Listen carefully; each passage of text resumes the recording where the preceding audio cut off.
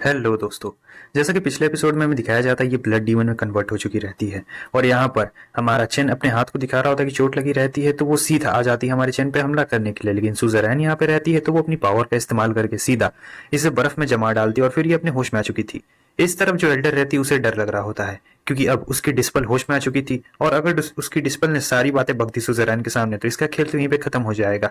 ये अपनी पावर का इस्तेमाल करती है और कह रही थी कि मुझे माफ करना मेरी प्यारी डिस्पल, इसके लिए तुम अपने टीचर को दोष बिल्कुल भी मत देना। यहाँ पर सुजरैन उसके पास में आती है और कह रही होती है कि पूरा सेक्ट जानना चाहता है क्या जितनी भी मौतें हुई है उन सारी मौतों के पीछे तुम्हारा हाथ है या फिर तुमसे ये कोई करवा रहा है। वो कहती है सुजरैन, मैं बस आपसे ये कहना चाहती हूँ कि तब तक पीछे से एल्डर हमला कर देती है और ये हमला सीधे उसके दिल के आर पार हो जाता है और वहीं पर एल्डर के डिस्पल की मौत भी हो चुकी रहती है। यहाँ पर सुजरैन कह रही होती है कि आखिर ये सब क्या है। वो बोलती है एल्डर की इस लड़की का दिमाग खराब हो गया था और ये सुजरैन को नुकसान पहुंचा सकती थी, इसलिए मुझे ऐसा लगा कि इसे मार देना ही सही रहेगा। सुजरैन कहती है कि तुम्हें नहीं लगता है कि ये तुम्हारी डिस्पल थी और क्या तुम्हें इस बात का डर नहीं है कि तुमने इस तरीके का एक्शन लिया, तुमने अपने डिस्पल को ही सभी लोगों के सामने मार दिया। इसका मतलब ये हो सकता है कि तुम्हारा सेक्ट हमारे सेक्ट से कुछ छुपा रहा है। बोलो, तुम्हें ऐसा नहीं लगता है? ये कह रही होती कि नहीं, ऐसा बिल्कुल भी नहीं है। मुझे भी इसका बहुत अफसोस है कि मुझे अपने हाथों से ही अपने डिस्पल को मारना पड़ा। लेकिन सुजरैन, मैं आपसे ये कहना चाहती हूँ कि आसपास की बातों पे ध्यान मत दीजिए, इससे बस वहम फैलता है। चैन सोच रहा होता है कि ये एक्टिंग तो बहुत ही ज्यादा अच्छा करती है। देखने से तो ऐसा लग रहा है कि सचमुच ये बहुत ज्यादा गिल्टी महसूस कर रही है, लेकिन असल में ऐसा कुछ भी नहीं रहता है। मुझे कुछ ना कुछ तो करना पड़ेगा और देखो सारा इल्जाम अपने डेड डिस्पल पे लगा रही है। तब सुजरैन यहाँ पे कह रही होती है कि ठीक है, अगर ऐसी ही बात है तो मुझे लगता है कि ग्रेट एल्डर की पोजीशन के लिए अब आप बिल्कुल भी फिट नहीं बैठती हैं, तो इसलिए आपको इस पोजीशन से अभी के अभी ही बर्खास्त किया जाता है। ये कहती है कि नहीं, ऐसा बिल्कुल भी मत करिए सुजरैन। तब वहां पर वो अपनी पावर दिखाती है, थोड़ा और बढ़ा लेती है और कह रही होती है, क्या आपको मेरे डिसीजन से कोई एतराज है? कोई एतराज है तो आप अभी कह सकती हैं। लेकिन वो अपना सर झुकाते हुए अपना टोकन दे देती है सुजरैन को और कहती है कि नहीं, मुझे इस डिसीजन पे बिल्कुल भी एतराज नहीं है। अपना टोकन देने के बाद एल्डर सीधे वहां से जारी होती है और काफी ज्यादा गुस्से में होती है। सोच रही थी कि धक तेरी की, और उस तरफ चैन सोच रहा होता है कि मुझे मुझे कुछ ना कुछ तो करना ही पड़ेगा क्योंकि ये बदला लेने के लिए वापस से जरूर आने वाली है और मुझे इसका खेल पूरी तरीके से अब खत्म करना पड़ेगा। यहाँ पर अचानक हमें दिखाया जाता है कि जो सुजरैन होती है उसे सर दर्द करता है और फिर वो बेहोश हो जाती है, लेकिन चैन उसे तुरंत ही पकड़ लेता है। कह रहा होता है कि सुजरैन, आखिर ये तुम्हें क्या हो गया है? वो उसे टच कर कर देखता है तो उसकी बॉडी बहुत ही ज्यादा ठंडी पड़ चुकी रहती है और समझ नहीं आ रहा था क्या करे। तब तक टीचर आ चुके रहते हैं। चेन उनसे कह रहा होता है कि टीचर देखिए ना, इसे क्या हो गया है, इसकी बॉडी अचानक से बहुत ज्यादा ठंडी पड़ गई है। टीचर जब चेक करते हैं तो बताते हैं कि इसकी बॉडी में कोल्ड पॉइजन फैल चुका है और ऐसा इसलिए हुआ है क्योंकि ये आइस टाइप कुंफू की प्रैक्टिस करती है, उसी की वजह से ये पॉइजन फैला है। ये कह रहा होता है टीचर, तब अब हम क्या करें? आखिर हम इसके इस कोल्ड टाइप पॉइजन को कैसे हील कर सकते हैं? सीन चेंज होता है, अभी उसे थोड़ा अच्छा महसूस हो रहा होता है। कह रही होती है कि तुमने ये जो मुझे प्रिस्क्रिप्शन दिया है, क्या इस प्रिस्क्रिप्शन से ये ठीक हो सकता है? इसमें जो जो भी मेडिसिन है। वो बताता है कि हाँ, मैं मेरा जो होम टाउन है वहां पर ऐसी ऐसी डिजीजेस को ठीक किया जाता है और मुझे लगता है ये आप में भी काम करेगी। वो कह रही होती है, खैर अभी इन सब बातों को भूल जाते हैं, इसके लिए हमें मटेरियल्स की जरूरत पड़ेगी जो कि हमारे में नहीं मिलता है, तो तुम्हें दूसरे सिटी में जाना पड़ेगा। और ये भी बता रही होती है कि देखो, तुम अब हमारे सेक्ट के मेंबर हो तो मुझे लगता है कि तुम्हें अपनी आइडेंटिटी चेंज कर लेनी चाहिए, क्योंकि अगर किसी को पता चल गया कि कोई आदमी हमारे सेक्ट का मेंबर बना है तो बहुत मुसीबत हो जाएगी। यहाँ पर ये कह रहा होता है क्या आइडेंटिटी चेंज करनी पड़ेगी? सीन चेंज होता है, हमें इनके सेक्ट के बाहर का सीन दिखाया जाता है। यहाँ पर दूर एक सिटी रहती है, उसी का होटल रहता है जहां पर सभी लोग खाना खा रहे होते हैं और वो दोनों यहाँ पर आ चुके रहते हैं। और जो सिस आई होती है चेन के साथ, वो कह रही होती है कि अभी हमें शहर जाने में देर हो जाएगा क्योंकि शहर यहाँ से अभी भी 2 किलोमीटर दूर है, तो मुझे लगता है कि यहीं पे होटल लेके रहना चाहिए। जब सभी लोग उन दोनों को देखते हैं तो सभी की नाक से खून निकल जाता है। कह रही होते हैं कि वाह, क्या टॉप क्लास आइटम आया है। और यहाँ पर जो हमारा चेन रहता है सही में एकदम टॉप क्लास लग रहा होता है।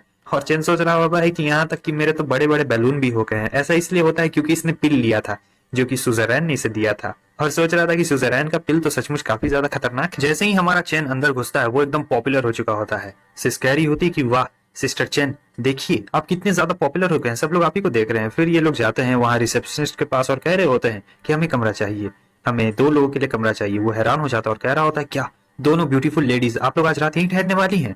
वो सोच रहा होता है, पता नहीं मुझे ऐसा क्यों लग रहा है कि यहाँ पर रुकना हमारी बेवकूफी भी हो सकती है। और फिर वो कहते हैं कि माफ करिएगा लेडीज, मगर सिर्फ एक ही कमरा खाली है, 2 कमरे खाली नहीं है। क्या, मैं आपसे ये पूछना चाहता था, आप दोनों कंपेनियंस हैं क्या? सिस कहने वाली होती है, लेकिन अचानक से चेन उसका मुंह बंद कर देता है और कह रहा था कि सिस्टर, मैं तुमसे कितने सालों के बाद मिली हूँ, चलो हम दोनों एक ही कमरे में स्टे कर लेते हैं, कोई दिक्कत वाली बात नहीं है। और सोच रहा था बेवकूफ लड़की कहीं की, ये मत भूलो कि अभी हमारी आइडेंटिटी क्या है। उसके बाद वो उसे पूरे पैसे दे देता है और कहता है कि ठीक है, एक कमरा काफी रहेगा। फिर वो जाकर दिखा रहा होता है कि देखिए इस तरफ आइए, इस तरफ आपका कमरा है। इधर हमें दो बंदों को दिखाया जाता है। जो लेफ्ट वाला रहता है कह रहा होता है इतनी दोनों प्यारी ब्यूटीफुल वुमेन, मुझे लगता है ब्रदर ये आपके लिए परफेक्ट रहेगा। लेकिन जो राइट में रहता है कह रहा होता है कि नहीं ब्रदर, मुझे लगता है कि मेरा मजाक बन जाएगा, क्योंकि वो दोनों लेडीज बहुत ही हाई स्टेटस वाली लग रही है और वैसे भी मुझ में कोई टैलेंट नहीं है, ना ही मैं कोई अमीर खानदान से आता हूँ, तो मुझे नहीं लगता। फिर वो उठ के जाने लगता है और कह रहा होता है मैं बहुत ज्यादा बोर हो चुका हूँ, अब मैं चलता हूँ। और जो पीछे वाला बंदा रहता है उसके भी चेहरे पर एकदम स्माइल सी आ जाती है और कह रहा था हाँ सही कहा, मैं भी अकेले पीते पीते बोर हो चुका हूँ, मुझे लगता है कि अब मुझे भी यहाँ से चले जाना चाहिए। फिर दोनों वहां से चले जाते हैं। अब सीन चेंज होता है, इस तरफ हमें इन दोनों को दिखाया जाता है जो कि अपने कमरे में बैठे हुए रहते हैं और मस्त यहाँ पर इंतजार कर रहे थे। दोनों इंतजार कर रहे होते हैं कि दोनों में से सबसे पहले कौन सोएगा, मतलब कौन पहले सोएगा और कौन यहाँ पर स्टे करे। लेकिन दोनों में से कोई सोने ही नहीं चाह रहा होता है। तब चैन कहता है कि सिस आपको नहीं लगता कि बहुत ज्यादा देर हो चुकी है, चलिए अब जाइए आराम कर लीजिए। लेकिन वो कह रही होती कि नहीं नहीं नहीं, आप पहले जाकर आराम कर लीजिए। चैन सोच रहा था कि तुम जाकर पहले आराम करो, क्योंकि मैं यहाँ पर सारी रात जाकर यहाँ की रखवाली करूंगा। और सिस सोच रही होती कि नहीं सीनियर ब्रदर, आपको जाकर वहां पर सोना चाहिए और मैं पूरी रात इस कमरे की रखवाली करूंगी। उसके बाद ये लोग फैसला करते हैं और चैन कहता है कि ठीक है जाओ सिस, तुम जाके आराम कर लो। फिर वो चली जाती है बेड पे आराम करने के लिए और वो वहां पर थोड़ी देर के लिए बैठ रहा होता है। वो जब चाय पीता है तो चाय बहुत ही ज्यादा कड़वा रहता है, कह रहा होता है ये क्या हो रहा है, ये तो मुझे मौत की नींद खुद ही सुला देगा। और इस तरफ इसे चिंता हो रही होती है कि अगर यंग मास्टर ऐसे ही बहुत देर तक बैठे रहे तब तो वो बीमार पड़ जाएंगे और फिर उनकी तबीयत भी खराब हो जाएगी। उसके बाद ये चैन से कहती है कि क्यों ना हम दोनों साथ में एक ही बेड पे सोचे। वो जरा भी देर नहीं करता और तुरंत ही इसके ऊपर कूद जाता है और कह रहा होता है कि ठीक है। अब दोनों के बीच में नजदीकियां बढ़ती जा रही होती है, क्योंकि दोनों तो लड़कियां नहीं ना थी।